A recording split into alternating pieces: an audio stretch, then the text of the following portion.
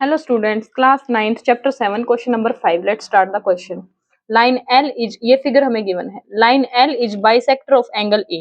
ये जो line L है वो बाइसेक्टर है एंगल A का. बाइसेक्ट का मतलब इक्वल टू पार्ट्स में.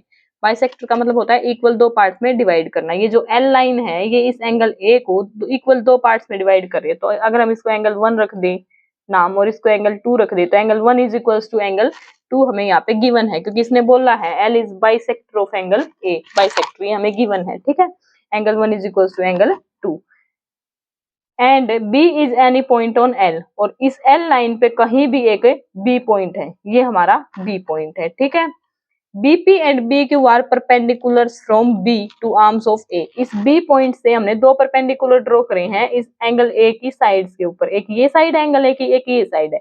इस B पॉइंट से इसके ऊपर ये परपेंडिकुलर ड्रॉ कर दिया और इसके ऊपर ये परपेंडिकुलर ड्रॉ कर दिया. ठीक है, तो हमने शो क्या करना है, show that triangle APB is congruent to triangle AQB.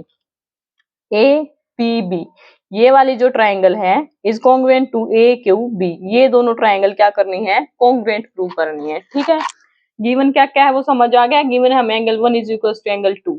ठीक है, और हम प्रूव क्या करना है कि ये ट्राइंगल इस ट्राइंगल के कॉन्ग्रुएंट है और ये इसका बाइसेक्टर है. तो सबसे पहले हमें ये ट्राइंगल कॉन्ग्रुएंट प्रूव करनी है तो इन्हीं ट्राइंगल्स को ले लेंगे. तो in triangle APB and triangle AQB. APB और AQB में हमें क्या क्या गिवन है, angle 1 is equal to angle 2 क्योंकि L बाइसेक्टर है. तो एंगल 1 का क्या नाम है, QAB. Angle QAB is equals to angle PAB. QAB is equals to PAB angle PAB जो कि 1 और 2 से मैंने डिनोट किए हुए. ये क्या है, इक्वल. क्यों, रीजन क्या है, L is bisector of angle A. L is bisector of angle A. ये हमारा रीजन है. ठीक है, उसके बाद देखो ये जो हमारा एंगल Q है और ये एंगल P है, ईच 90 डिग्री है. 90 डिग्री है तो ये हमारे क्या हो जाएंगे, इक्वल हो जाएंगे.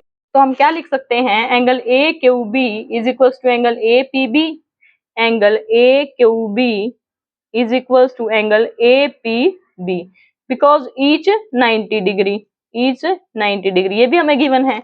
एंड थर्ड देखो ये जो AB साइड है, AB साइड इस ट्रायंगल में भी आ रही है और इस ट्रायंगल में भी आ रही है. तो AB हमारा क्या हो गया, कॉमन. तो AB is equals to AB. ये क्या है हमारा, कॉमन. ठीक है, अब तीन चीजें हमने इक्वल प्रूव कर दी, 1 2 3. तो हमारे ट्रायंगल क्या हो जाएंगी, कॉन्ग्रुएंट. ये जो ट्रायंगल है ये इस ट्रायंगल के कॉन्ग्रुएंट प्रूव होगी. एंड रूल कौन सा लगा है, ये हमारा एंगल है, ये भी एंगल है और ये साइड है.